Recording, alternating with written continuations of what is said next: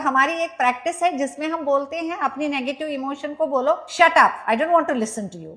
Emotions जो हैं वो नेचुरल हैं ह्यूमंस के लिए, उनको आप बहुत ज्यादा कंट्रोल नहीं कर सकते। रश ऑफ इमोशंस सबको आते हैं, दुख सबको होता है, खुशी सबको होती है, लेकिन कई बार क्या होता है कि इमोशंस, नेगेटिव इमोशंस स्पेशली, वो सर पे चढ़ के बोलते हैं कि आपकी लाइफ में कुछ ऐसी ट्रेजेडी हो गई, लेकिन जिंदगी तो जीनी है, अब आप मर नहीं सकते हैं। तो कोई भी ऐसी ट्रेजेडी हो गई या कोई भी ऐसा कुछ ऐसा सिनेरियो हो गया कि आप बहुत ज्यादा दुखी हैं, उदास हैं उस चीज के लिए। So how do you deal with those emotions? ऐसा है कि ये चीजें मुझे लग रहा है कि विद एज थोड़ा बेटर होती है। विद एज होता क्या है, एक्सपीरियंस होती है। आपको सीखना पड़ता है कि हमें अपने इमोशन को कैसे रिकॉग्नाइज करना है, कैसे उसके साथ बात करनी है, कैसे समझना है कि ये हो क्यों रहा है। जब आप अपने साथ बात करते हो, हम हमेशा एक नहीं होते हैं, हम हमेशा दो हैं, कई बार तो 3 पर्सनैलिटीज भी होते हैं। हम एक होता है जो अपने आप को बोलता है कि I am strong, I am this, I am that, और दूसरा उसकी ही पर्सनैलिटी उसके अंदर बैठी हुई होती है और हंस रही होती है, बोल रही है तू स्ट्रॉन्ग है भैया, जरा बाहर जाके तो दिखा दे। मतलब वही आदमी है जो नेगेटिव सोचता है, वही आदमी है जो पॉजिटिव सोचता है। तो अब ये दो की लड़ाई में कौन जीतेगा वो इम्पोर्टेंट है।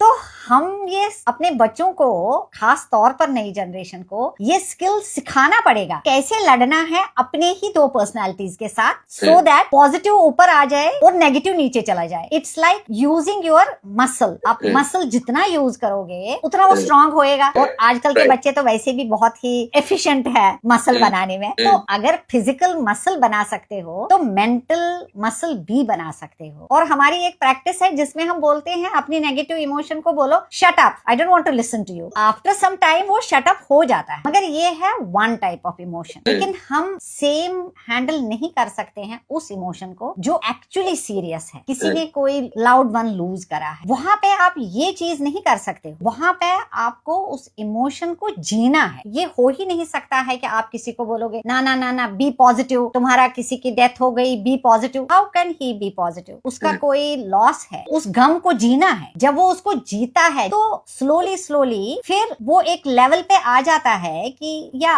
मतलब it's now, it has happened, now I have to live my life. तो मैं अपनी लाइफ किस तरह से लिव करूंगा? मैं या तो पर्पसफुल लाइफ जीऊंगा, या तो मैं कुछ ऐसा करूंगा कि जिसकी वजह से मुझे एक फीलिंग आ जाए कि हाँ I am doing something good in memory of my loud one. या मैं ऐसा कुछ काम करूंगा जिससे उसके सोल को सोलेस मिले। Then you find your other ways. That time it's not a muscle memory, that time it is live with it and learn to live with it and find your purpose. तो emotions को भी handle करने के अलग अलग तरीके हैं along with the situation.